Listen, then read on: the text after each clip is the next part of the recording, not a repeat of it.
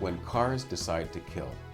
Welcome to Tea at Taxevity, where you get insights from insiders, our many clients and friends. I'm Pramod Sharma, your actuary at Taxevity. I help people transfer risks with life and health insurance. Our guest today is Patricia Herdman. Patricia, what do you do when you're not being interviewed?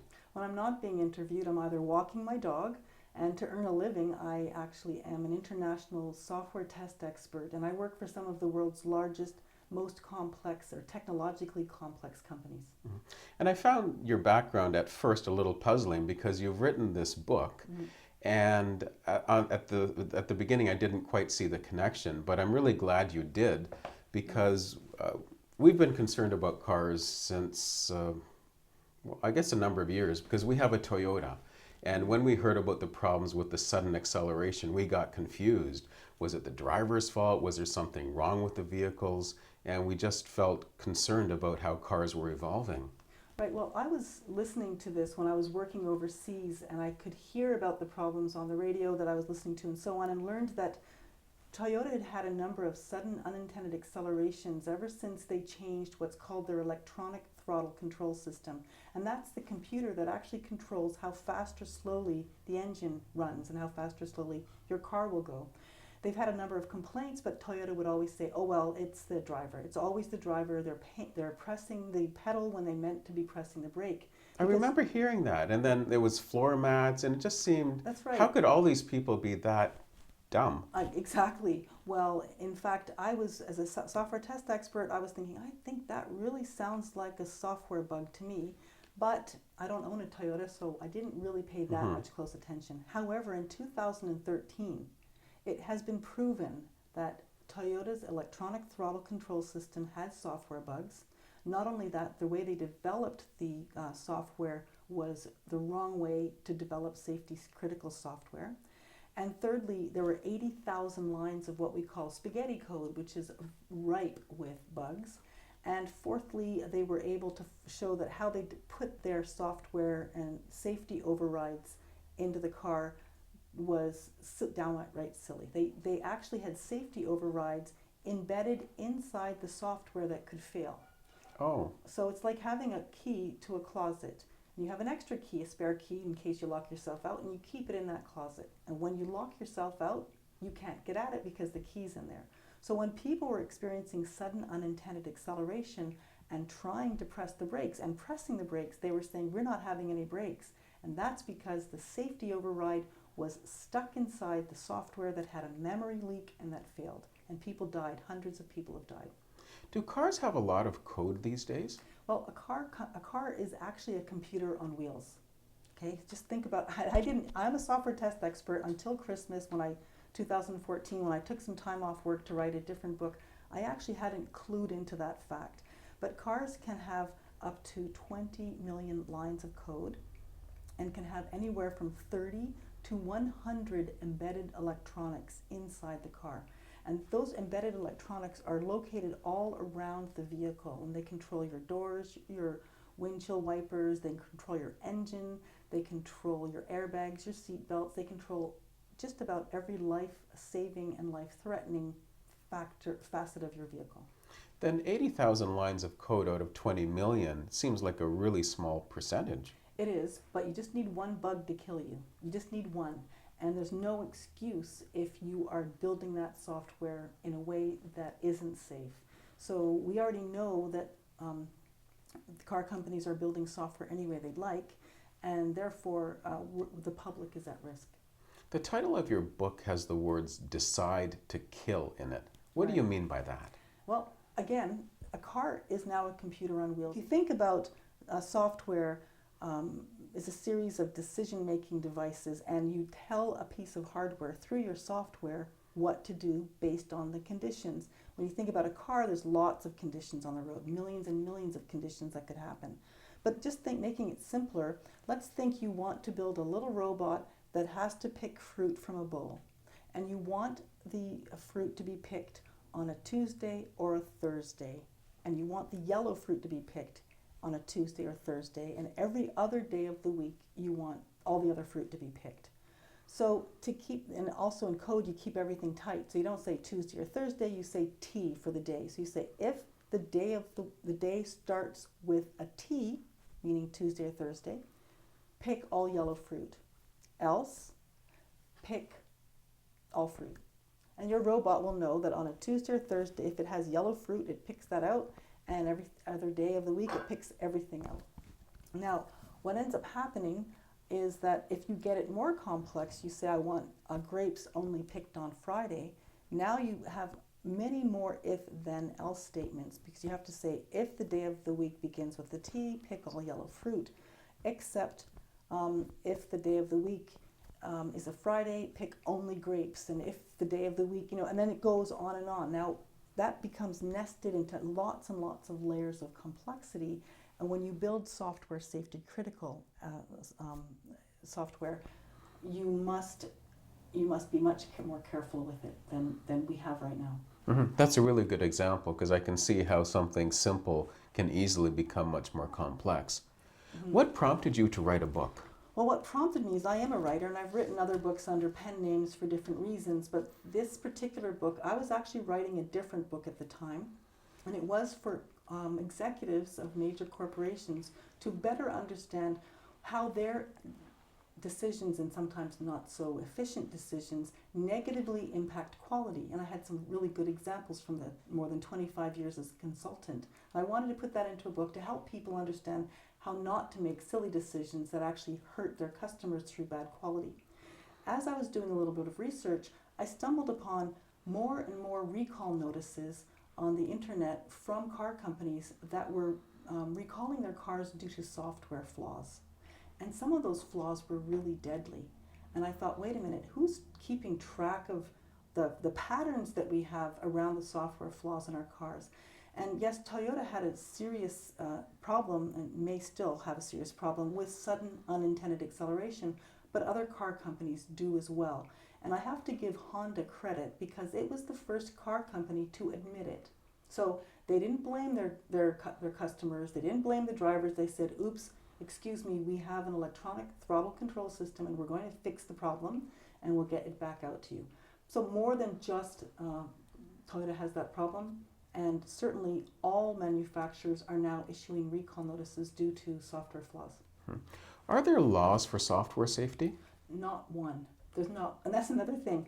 I am an international software test expert, and yet I didn't clue into the fact that there isn't one law governing the safety factors in the software of our cars. How you build the software, how you evaluate it for quality, and how you test it, there's not one law for that.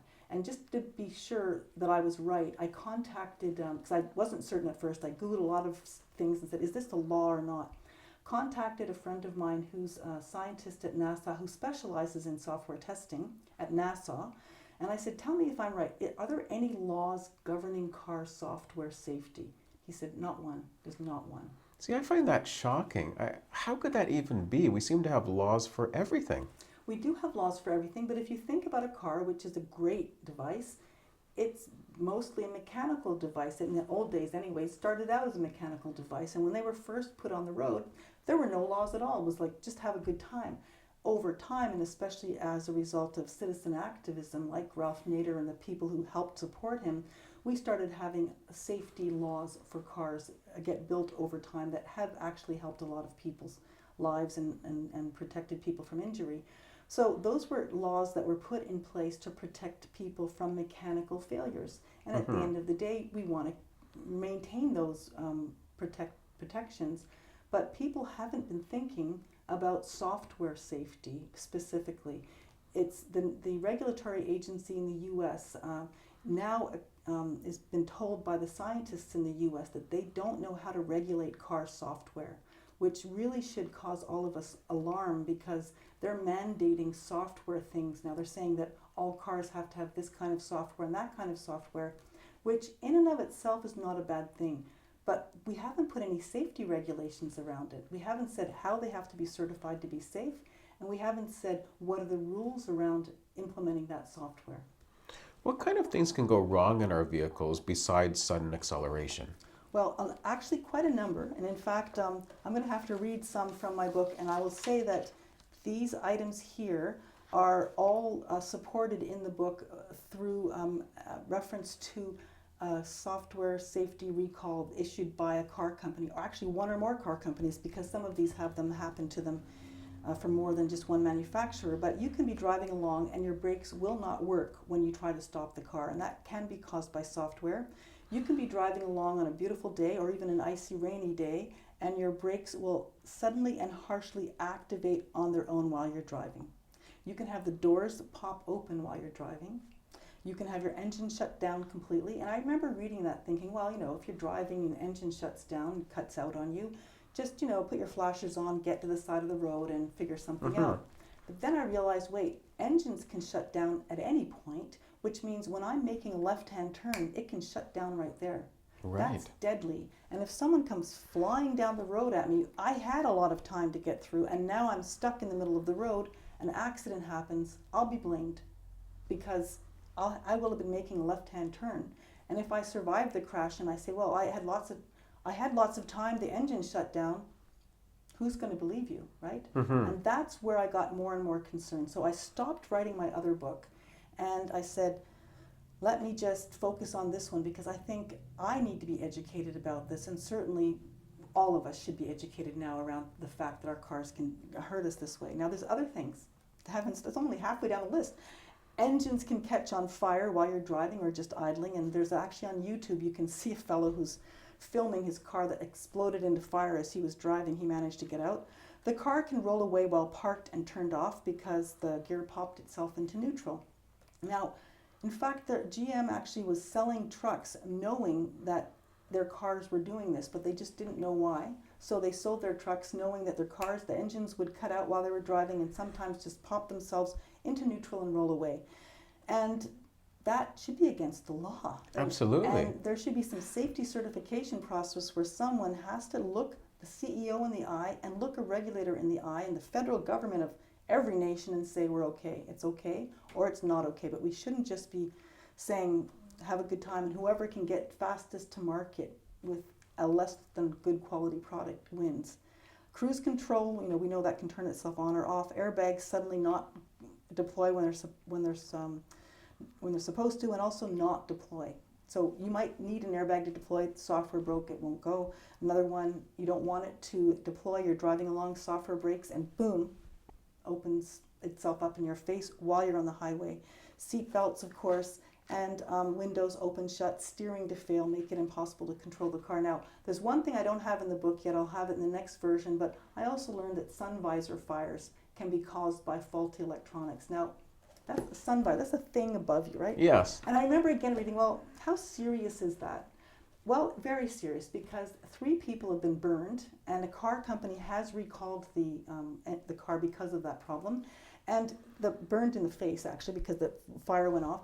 And some of these fires have happened. They're fast-moving fires. They just go whoosh, right through your door, so you can't get out on the left. Oh. So if you see your sun visor smoking, pull over and get out of the car because it's actually much more serious than even I had initially thought. So that's your software. That's what it's doing to us right now. It's also a great tool, like anti-lock braking system. Helps a lot of us. So I'm not against the software, I'm against unsafe software, and I'm against companies deciding how they choose to shove the software out there at us. What do you see in the future as we move towards self-driving cars, etc.? Well, there's 2 options. One is we can take charge of software right now and build what we call software that's architected for safety. Right now we don't have that. Nobody has standards around how cars should be architected and designed in terms of software. We don't have rules around how and when automated software can be updated. It's great that software can be changed in your engine over the air, but it should not happen without your knowledge and permission, because that's a hackable moment, and you should always know what's happening in your engine at all times. Secondly, software doesn't work all the time. So we should have rules around how we make this right. And if we manage to do that, then in 10, 15 years, that's going to be an exciting time. But if we don't, then in 10 or 15 years, we're going to see a lot of people blamed for software failures, and not the right people. It'll be the drivers who did nothing except drive well. I'm really glad you're helping create awareness now, because as you're saying, it does take time for change. What do you do if you are in a car that's running away? Well, that's, as mentioned at the beginning, a lot of people are experiencing this problem, and there's three things you need to think about right off the top. If you're in a runaway car and you can't make it stop, so sometimes your engine will surge and you'll go, oh, that was strange. What I want you to do if that happens, if your car does something that you didn't expect it to do, make a note of it, put it in your file for your car, and give a copy to your lawyer. There are patterns in software flaws, and it will likely happen again. So if it happens again, keep a pattern, and also if it gets you nervous, stop driving the car. But if you're driving the car and it's going faster than you can control it and you can't make it stop, three things to remember. The first and most important, don't panic, because you need to have a very clear head, because the next thing you need to do is put the car in neutral. Third thing is turn it off. Now, like me, I only have a push button car, so I didn't know how to turn the engine off if I'm driving along and I can't make it stop. Well, you just hold that push button down as long as you can until it will turn off. It'll turn off at some point.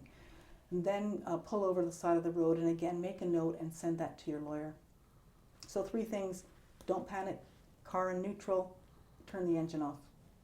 You've also got a website to help people become more aware of these kinds of issues. Right, so my website is called glitchwatch.com, and that's glitch like a normal glitch and watch like watch.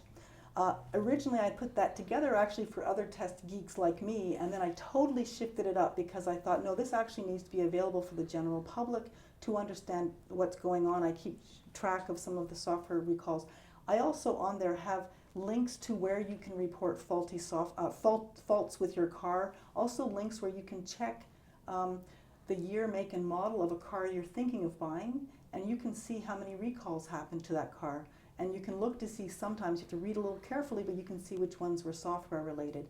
And if there's patterns of that, you want to avoid patterns of software problems. I also there have exactly what I spoke to about what to do if your car suddenly shuts down while you're driving, what to do if you can't make it stop, because there's issues around the brakes and so on that you have to be aware of. And I have that listed up there for a printout, because I encourage people to talk to their teenagers about it, the new drivers, and also their friends and family, and mail it, do whatever they want. It's not under copyright, just send it out. What's your main message for the people watching? My main message is to be informed, be engaged, and be safe. And the only way we can do that with cars right now is to understand what's really going on under the hood of our car, and not to blindly accept everything as a happy story. Ask the question, is this really safe? And right now, lots of things could be a lot safer, and we need to make that happen.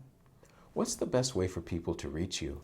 So the best way to reach me right now is you can go straight to glitchwatch.com, and there's a contact form there, and you can just shoot me an email that way. Thanks very much for dropping by. I'm really happy to have the time to talk with you. Thanks so much. Thanks for joining us for Tea at Taxevity. The Taxevity Insurance Advisory helps you understand insurance and bridges gaps in your coverage. There's no premium for peace of mind. How healthy is your insurance?